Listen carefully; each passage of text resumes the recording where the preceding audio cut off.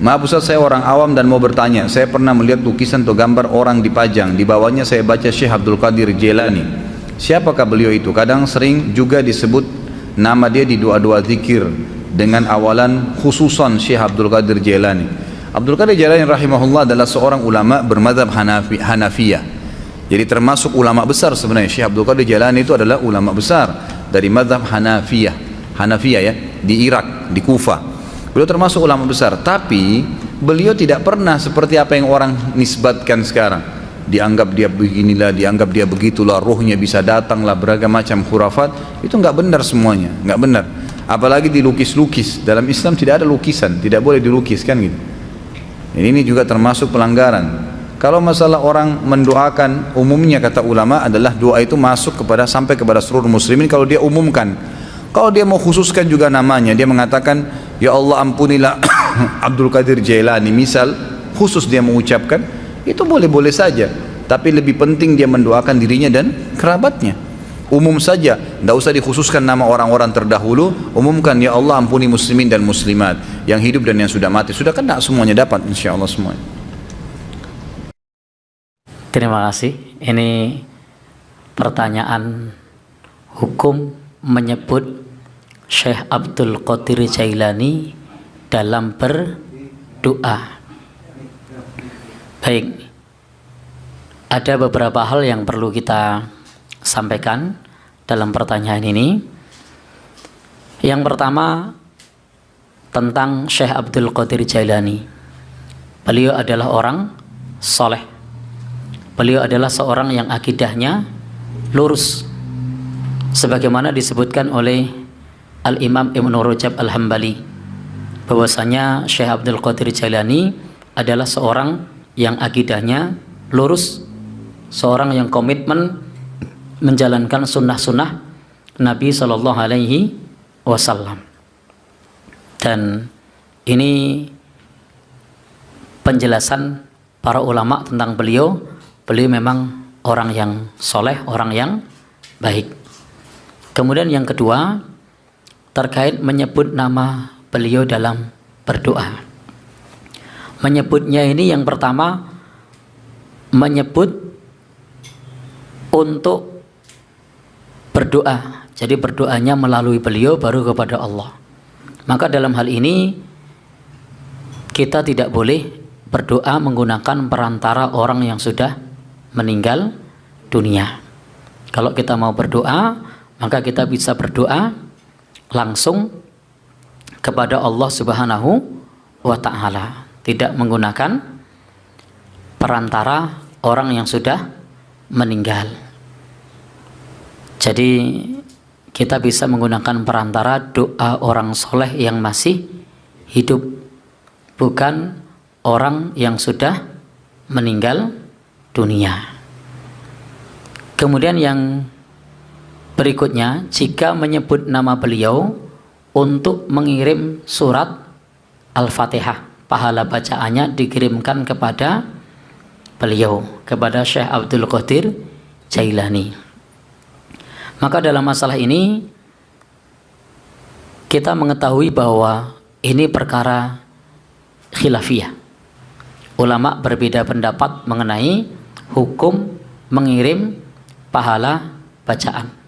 Tetapi pendapat yang kita pilih, sebagaimana ada di tanya jawab agama fatwa tarjih Muhammadiyah tentang mengirim doa atau pahala bacaan, itu di situ disebutkan bahwa mengirim pahala bacaan itu tidak ada tuntunannya. Kalau sedekah jelas. Jadi kalau sedekah jelas ada tuntunannya. Nah, baik, kita baca tentang menghadiahkan pahala kepada yang sudah meninggal dunia. Jawabannya adalah, masalah yang Anda tanyakan adalah masalah klasik, sejak dulu menjadi masalah khilafiyah. Namun sangat perlu diketahui bagaimana pandangan Islam terhadap masalah tersebut. Pendapat yang mana yang lebih patut diterima jika dihadapkan kepada dalil-dalil. Yang pertama adalah Al-Quran surah An-Najm ayat 38 dan 39. Allah taziru waziratu wizru ukhra wa allaysa lil insani illa ma sa'ah. Ini fatwa tarjih yang saya baca ya. Bahwasanya orang yang berdosa tidak dapat memikul dosa orang lain, dan bahwasanya manusia tidak akan memperoleh suatu kecuali yang dilaksanakannya sendiri.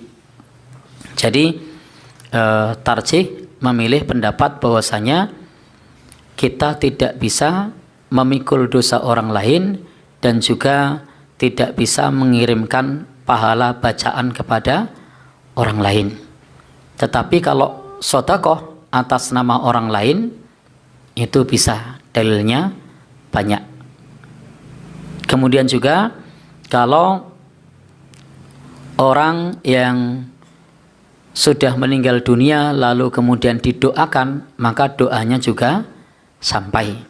Sebagaimana tiap hari Jumat didoakan Allahumma gfir lil muslimin wal muslimat al mu'minin wal mu'minat. Dan penjelasan di buku ini sebenarnya panjang, tapi ini tidak kita baca semua, kita langsung ambil ke intinya. Kesimpulannya, tidak ada ajaran khusus tentang menghadiahkan pahala amal kepada orang lain, baik dari Al-Quran maupun dari sunnah. Demikian pula tidak ada dari para sahabat Nabi yang melakukannya. Maka yang paling selamat adalah, menurut tarjih, berpegang kepada nas-nas yang ada sesuai kaidah umum yang tercantum di dalam Al-Quran. Mengkhususkan kemungkinan amal soleh anak atas nama orang tuanya yang ada nasnya. Pendapat fuqaha yang lebih dekat kepada jiwa nas adalah yang dikemukakan Imam Malik dan Imam Syafi'i, bahwa menghadiahkan pahala amal ibadah kepada orang lain, baik yang masih hidup maupun yang telah meninggal dunia, tidak sampai. Maka jalan yang tidak bagi kita ketika sudah ada fatwa tarjih semacam ini, maka ini yang kita pakai. Baik, itu terkait mengenai penyebutan Syekh Abdul Qadir Jailani. Dan memang dalam hal ini ada orang yang menganggap orang yang sudah meninggal dunia itu bisa mendoakan orang yang masih hidup. Dalilnya apa? Dalil mereka adalah bal ahyaun inda rabbihim yurzakun. Mereka masih hidup dan mereka diberi rizki. Tapi kita harus paham, orang yang meninggal dunia itu amalnya sudah terputus kecuali 3 perkara, sehingga mereka sudah tidak lagi bisa beramal.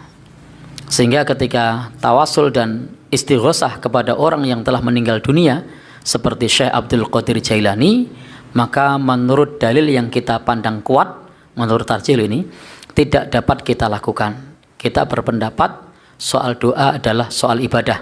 Kalau tidak ada tuntunan yang jelas, kita tidak melakukan. Menurut yang kita amalkan, kita boleh mendoakan orang yang telah meninggal dunia, tetapi tidak dapat minta didoakan orang yang telah meninggal dunia dengan istilah yang terkenal termasuk tawasul. Tetapi kalau tadi soal mengirimkan pahala, itu ulama berbeda pendapat.